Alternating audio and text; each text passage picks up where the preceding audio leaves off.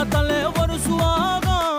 ನಡುವೆ ನಡುವೆ ನೀನು ನನ್ನ ನಡುವೆ ನೀಡಿದಾಗ ನೀನು ಪ್ರೀತಿಯಿಂದ ಅನ್ನ ಬೆರೆಸಿ ತಿನ್ನಿಸುವಾಗ ಎಂಜಲು ಮೋತಿಯಲ್ಲೇ ನೀನು ಮುತ್ತು ಕೊಡುವಾಗ